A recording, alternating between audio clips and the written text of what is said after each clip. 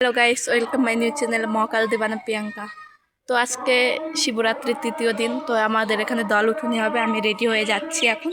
চলো দেখতে থাকো, তোমাদের দেখাচ্ছি।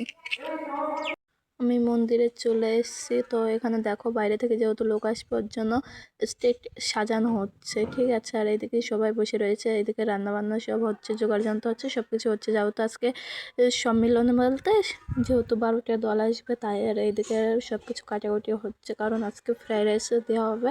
আর এখানে 7 দিন অনুষ্ঠান হয়, 7 দিনই 3 বেলা মানে সবসময় আগুন জ্বলতে থাকে রান্নার ওখানে, ঠিক আছে। খাওয়া দাওয়া সবসময় চলতেই থাকে। তো এখানে সব কিছু জোগাড় যন্ত্র হচ্ছে, এইদিকে ফ্রাইড রাইসের জন্য। আর ওইদিকে তারপরে সব জোগাড় হয়ে গেল। আমি একটু দিয়েছিলাম, তারপর শুয়ে চলে এসেছিলাম মন্দিরে, কারণ মন্দিরে কেউ ছিল না। এবার বলছিল আমাকে যে একটা দিদি যে তুমি একটু বসো, আমি আসছি। এবার আমি মন্দির চলে এসেছিলাম।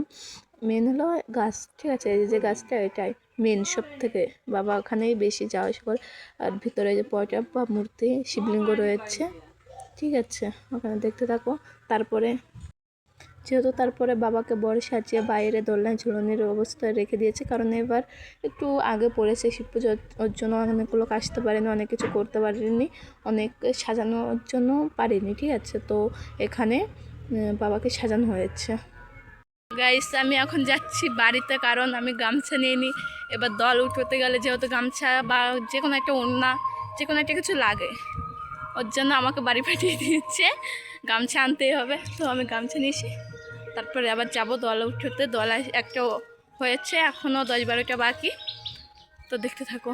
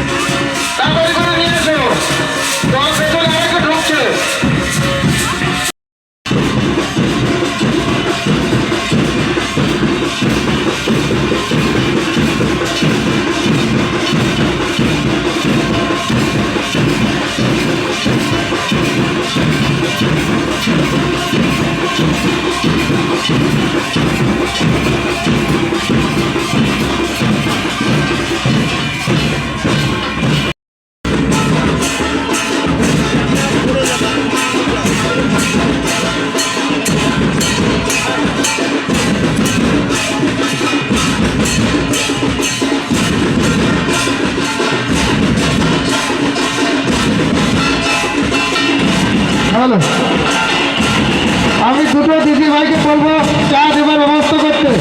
চা হয়ে গেছে, চা দেবার ব্যবস্থা দুটো দিদি ভাই দিয়ে।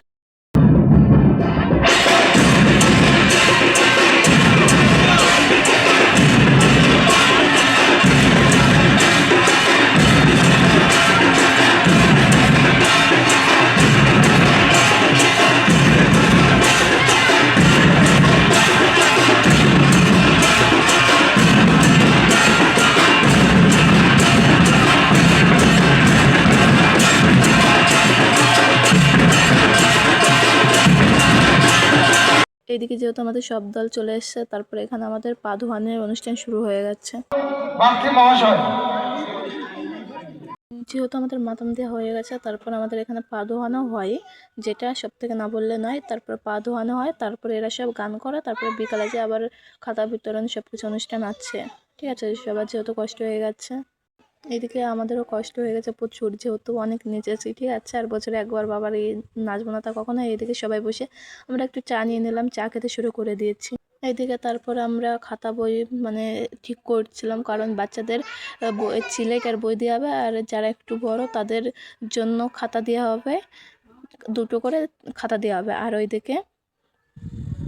ওইদিকে থাকবে যেহেতু কম্বল, ঠিক আছে, কম্বল দেওয়া হবে। তো কম্বল এখানে আমাদের গ্রামের কাউকে দেওয়া হবে না, যেখানে স্টেশনে দেওয়া হবে। যারা যেহেতু স্টেশনে যারা থাকে গরিব লোক, তাদেরকে একটা করে কম্বল দেওয়া হবে। তার জন্য যোগাযোগ। তো আমি এইদিকে খাতাগুলো সাজাচ্ছি, বাংলা খাতা আর অঙ্ক খাতা করে এক একটা সাজাচ্ছিলাম। সাজাতে আমার খুব ভালোই লাগছিলো, আমরা কষ্ট হয়ে গেছিলো, তারপরে সাজাচ্ছিলাম। এইদিকে এই গামছাগুলো রেডি করছিল, কারণ ভাঁজগুলো যেহেতু কিনেছিল, ভাঁজগুলো সমস্যা হচ্ছিলো, ওই জন্য ভাঁজ করছিল, কারণ যারা যতগুলো দল এসছে ততগুলো তাদেরকে দেওয়া হবে। আর এইদিকে এই দেখো এই কম্বল যেগুলো বলেছিলাম, আর যেদিকে বাইরেতে লোক আসবে সেগুলো ওদের জন্য এনেছিল বাদবাকি যাবতীয় জিনিস।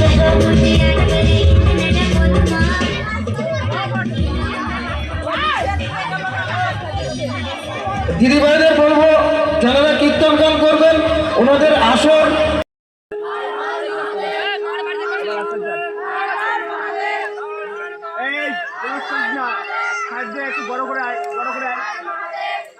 আর একটু পরে আমরা শুরু করব আমাদের ছোট্ট ছোট বাচ্চাদের পুরস্কার বিতরণী।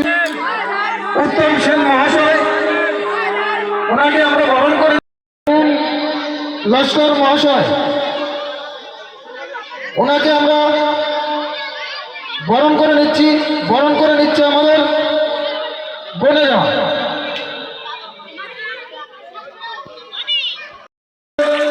বাচ্চারা একটু হাতে তালি বেশি করে দেবে, তোমাদের জন্য প্রাইজ রয়েছে।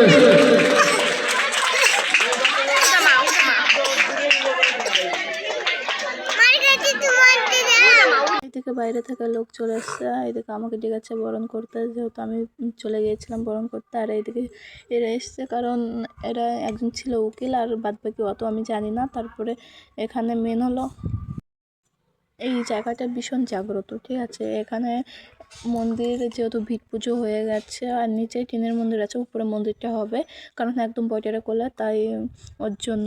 তো এখানে এমন মন্দির হবে, এরকম পজিশন করা হয়েছে যে সাততলা যেরকম উঁচু হয় ওরকম উঁচু হবে, আর এখানে একটা আশ্রমের মতন হবে, ঠিক আছে। আশ্রমটার নাম থাকবে আনন্দ আশ্রম, আর মন্দিরটার নাম হলো মহাখোলা ভোলে মহেশ্বর শিব মন্দির।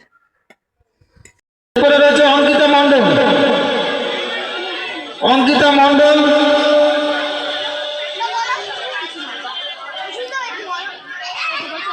অঙ্কিতা মণ্ডল কে আছো? তারপরে রয়েছে শ্রিয়া মণ্ডল। অঙ্কিতা